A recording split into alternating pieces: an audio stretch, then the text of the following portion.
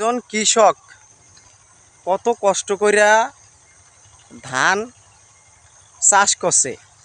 আজকে কৃষকের ব্যাপারে কিছু কথা বলবো, যে একটা গ্রামের কৃষক কত কষ্ট কইরা চাষাবাদ করে। আজকে সেই কৃষকের কথাগুলো তুলে ধরবো। আপনারা ভিডিওটা কেউ স্কিপ করবেন না, এড়িয়ে যাবেন না, কথাগুলো শুনেন।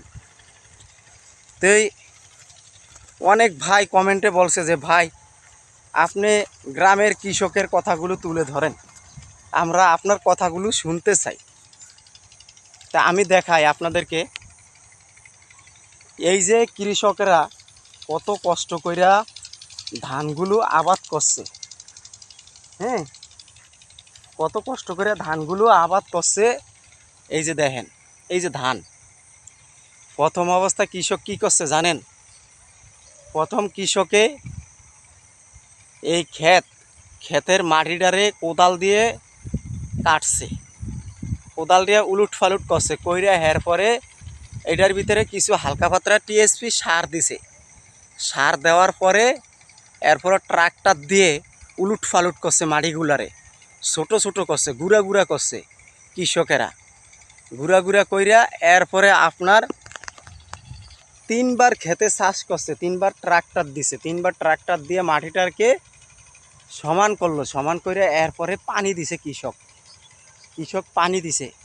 পানি দেওয়ার পরে এরপরে আরেকবার সার দিছে, সার দিয়া তারপরে পানি দিছে, দেওয়ার পরে এরপরে ধান গাছ রুইছে, মানে ওইটাকে বলে জ্বালা, জ্বালা রুইছে, ছোট ছোট জ্বালা রুইছে। এই জ্বালা রুইয়া এরপরে 10-15 দিন বা 1 মাস পরে গাছগুলা বড় হয়েছে, বড় হওয়ার পরে এখন আস্তে আস্তে ছোট ছোট ধান হয়েছে।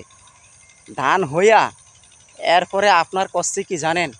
এই ধান হওয়ার পরে এই যখন ধান হয়েছে আস্তে আস্তে মানুষ লাভবানের ভিতরে আইছে।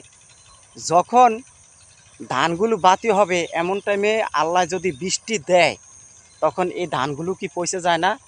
পচে যায় অবশ্যই। তা আমাদের দেশে এবার অনেক ফসল নষ্ট হয়ে গেছে, মানে ধান নষ্ট হয়ে গেছে। কৃষকে প্রচুর কষ্ট করিয়া ধানগুলো যদি ঘরে না নিতে পারে, বৃষ্টির পানিতে বা বন্যার পানিতে যদি ডুইবা যায়, তো সেই কৃষকের ধানটা কোথায় রইল? বুঝছেন ভাই?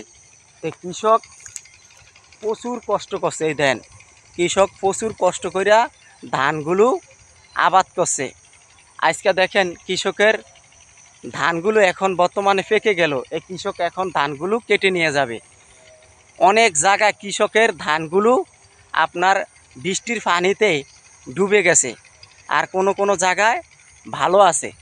ভিডিওটা সবাই শেয়ার করে দিবেন, একে অপরকে দেখার সুযোগ করে দিবেন প্রিয় ভাইয়েরা।